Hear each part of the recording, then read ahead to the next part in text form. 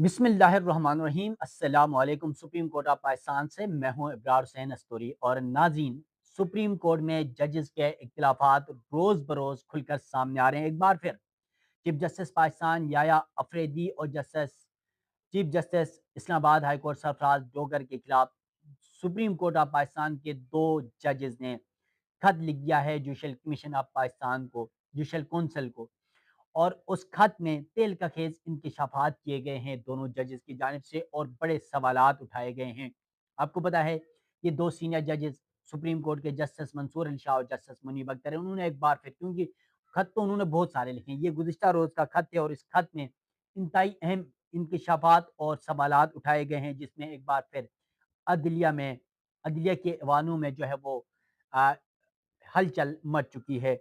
नाज़रीन, इस वीडियो में जस्टिस मंसूर शाह और जस्टिस मुनीब अख्तर का खत और ये मामला क्या है, उसकी तफसीलात आपके सामने रखने जा रहा हूँ। तफसीलात में जाने से पहले आपसे रिक्वेस्ट है, मेरा यूट्यूब चैनल ज़रूर सब्सक्राइब कीजिएगा, बेल आइकन आपने ज़रूर दबाना है, ताकि पाकिस्तान की सियासी मैदानों में या फिर पाकिस्तान के अदालती महाज पर होने वाली तब्दीलियों के हवाले से आपको बर वक्त आगाही मिल सके। तो चलते हैं वीडियो की तफसीलात की तरफ। जस्टिस मंसूर अली शाह और जस्टिस मुनीब अख्तर ने ज़ाब्ता इखलाक की मंजूरी के तरीक़ार पर सवालात उठा दिए। दोनों जजेस के मुतअद्दिद एतराज़ात सुप्रीम जुडिशल कौंसिल के रिकॉर्ड का हिस्सा बना दिए गए। दोनों जजेस ने मंजूरी के अमल को गैर शफाफ करार दिया। दोनों अरकान ने सुप्रीम जुडिशल कौंसिल को लिखे गए खत में जमहूरियत और अदलिया की आज़ादी से मुतल्लिक खदशात का इजहार कर दिया। और फिर जजेस का मौक़िफ़ है उस खत में कि हम एक ऐसे नाजुक दौर से गुजर रहे हैं जब जमहूरियत दबाव में है और आईनी इदारे आजमाइश में।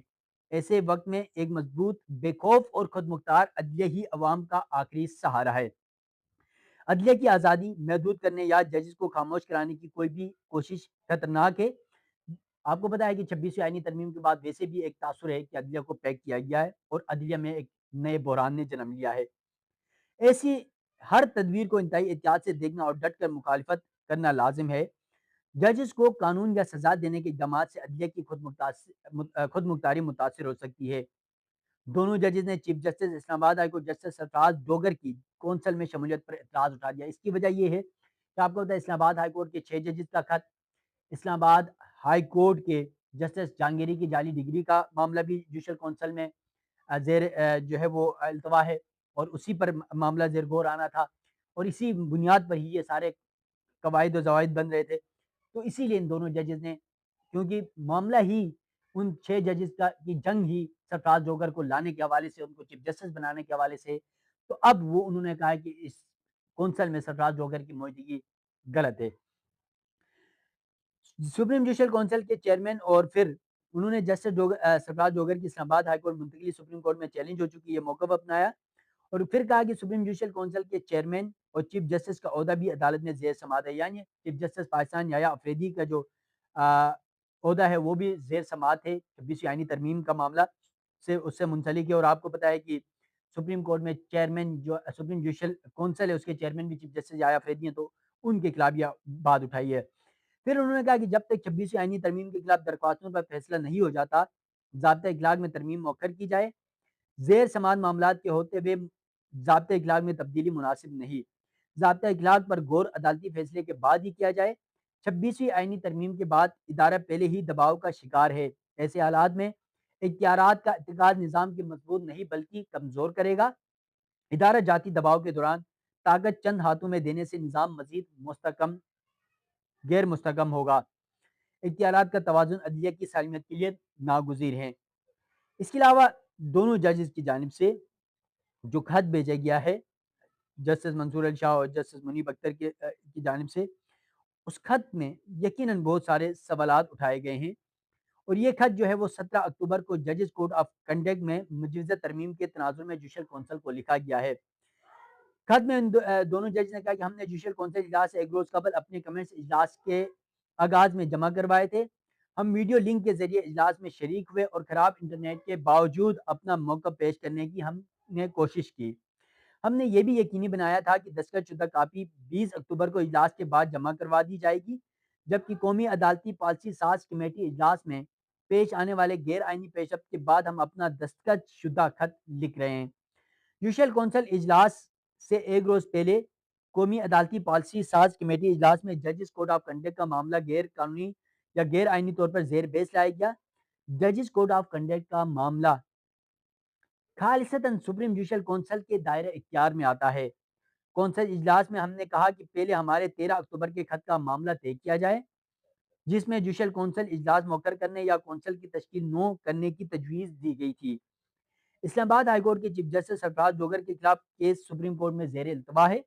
جسٹس سرفراز ڈوگر کے خلاف کیس کا فیصلہ کونسل میں شمولیت کو متاثر کر سکتا ہے، جبکہ کونسل کی آئینی حیثیت کا تعین کیے بغیر اس کے فیصلوں کی کوئی قانونی حیثیت نہیں ہوگی اور اس قانونی حیثیت پر سوالات اٹھیں گے۔ تو یہ سپریم کورٹ کے سینئر ججز ہیں، جسٹس منصور علی شاہ اور جسٹس منیب اختر، جن کی جانب سے یہ خط سپریم جوڈیشل کونسل کو لکھا گیا ہے۔ چیف جسٹس یحییٰ آفریدی جس کے چیئرمین ہیں، اور دونوں ججز کی جانب سے ان قواعد و ضوابط کے حوالے سے سوالات اٹھائے گئے۔ وہیں پر اسلام آباد ہائی کورٹ کے چیف جسٹس سرفراز ڈوگر کے حوالے سے انہوں نے کہا کہ ان کی کونسل میں شمولیت پر بھی سوالات اٹھتے ہیں، کیونکہ ان کا اپنا مقدمہ سپریم کورٹ میں زیر التوا ہے، اور پھر سپریم کورٹ میں 26ویں آئینی ترمیم بھی زیر التوا ہے، اور جس میں اگر 26ویں آئینی ترمیم سپریم کورٹ کی وہ اگر کالعدم قرار دی جاتی ہے سپریم کورٹ کی جانب سے مستقبل میں، تو پھر چیف جسٹس پاکستان یحییٰ آفریدی بھی چیف جسٹس نہیں رہیں گے۔ تو اس لیے چیف جسٹس یحییٰ آفریدی کی بھی کونسل میں شمولیت غیر قانونی ہے، اور یہ پاکستان کی عدلیہ کے لیے، پاکستان کی جمہوریت کے لیے نقصان دہ ہے۔ آپ کو پتا ہے کہ پاکستان کی عدلیہ میں یہ جو ججز کی لڑائی ہے وہ ایک طویل ہو چکی ہے، چاہے وہ سابق چیف جسٹس عمر عطا بندیال کا دور ہو، یا پھر سابق چیف جسٹس قاضی فائز عیسیٰ کا دور ہو، یا پھر اب چیف جسٹس یحییٰ آفریدی کا دور ہو۔ ہر دور میں یہ لڑائی شروع رہی، اور اس لڑائی کے میرے حساب سے تو سب سے بڑے چیمپئن چیف جسٹس سابق قاضی فائز عیسیٰ صاحب ہیں، جن کے حوالے سے بہت سارے لوگوں کے خیالات بھی ہیں، تاثرات بھی ہیں۔ بہت ساروں کو ان کے فیصلے اچھے بھی لگتے ہیں، بہت ساروں کو برے بھی لگتے ہیں۔ بذات خود مجھے ذاتی طور پر جب وہ جج تھے تو ان کے فیصلے یقیناً بہت بولڈ ہوتے تھے، بہت اچھے فیصلے ہوتے تھے، لیکن جب سے وہ چیف جسٹس بنے انہوں نے اپنی شاید لائن چینج کر دی، یا پھر ان کے فیصلوں کا معیار تبدیل ہو گیا، یا پھر ان کی سوچ بدل گئی، یا پھر ان کو بھی کوئی لالچ دیا گیا، یا پھر ان کو بھی کوئی ایکسٹینشن کی لالچ تھی، یا کچھ اور تھا، لیکن ایکسٹینشن تو نہیں ملی۔ لیکن اس کے باوجود ان کے کچھ ایسے فیصلے جو پاکستان کی تاریخ میں سیاہ طور پر یاد رکھے جائیں گے۔ ان تمام معاملات کے اندر چیف جسٹس قاضی فائز عیسیٰ کے عدلیہ کے اندر جو لڑائی ہے، جنگ ہے، ججز کے درمیان اختلافات ہے، اس حوالے سے بھی جو اقدامات ہیں، یا پھر پاکستان کی عدلیہ کو ڈی مورلائز کرنے میں جس طرح ان کا کردار تھا، یا پھر پاکستان کی جمہوریت کو، پاکستان کی سیاست کو تباہ کرنے میں ان کا جو کردار تھا، وہ سیاہ باب کے طور پر تصور کیا جائے گا۔ 8 فروری انتخابات کو شاید پاکستان کی تاریخ میں کبھی نہیں بھولا جا سکتا کہ کس طرح چیف جسٹس پاکستان یحییٰ آفریدی صاحب نے، کس طرح موجودہ الیکشن کمیشنر سکندر سلطان راجہ صاحب نے مینوپلیٹ کیا، اور اس کے حوالے سے کئی الزامات لگتے رہے۔ کمشنر راولپنڈی کے الزامات تو آپ کے سب کے سامنے ہیں، الیکشن کے دوسرے دن انہوں نے برن پھوڑ دیا، اور اس کے بعد آج تک وہ بیچارے لاپتہ سمجھ لیں کہ وہ آج تک منظر عام پر آ نہیں سکے۔ پھر ان کو اتنا پریشرائز کیا گیا، اور کس طرح مینوپلیٹ کیا گیا، اور کس طرح ایک سیاسی جماعت کو انتخابی نشان سے باہر رکھا گیا۔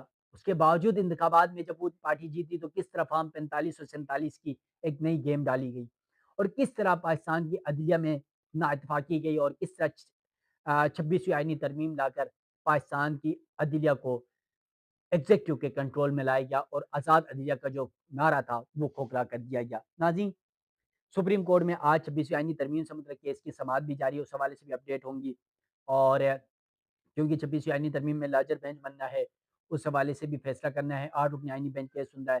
سپریم کورٹ سمیت پاکستان کی عدلیہ سے یا پاکستان کے سیاسی میدانوں میں جو ہونے والی ہلچل سے اس حوالے سے جو بھی اپڈیٹ ہوں گی وہ وقتاً فوقتاً آپ ناظرین کے سامنے رکھتا رہوں گا۔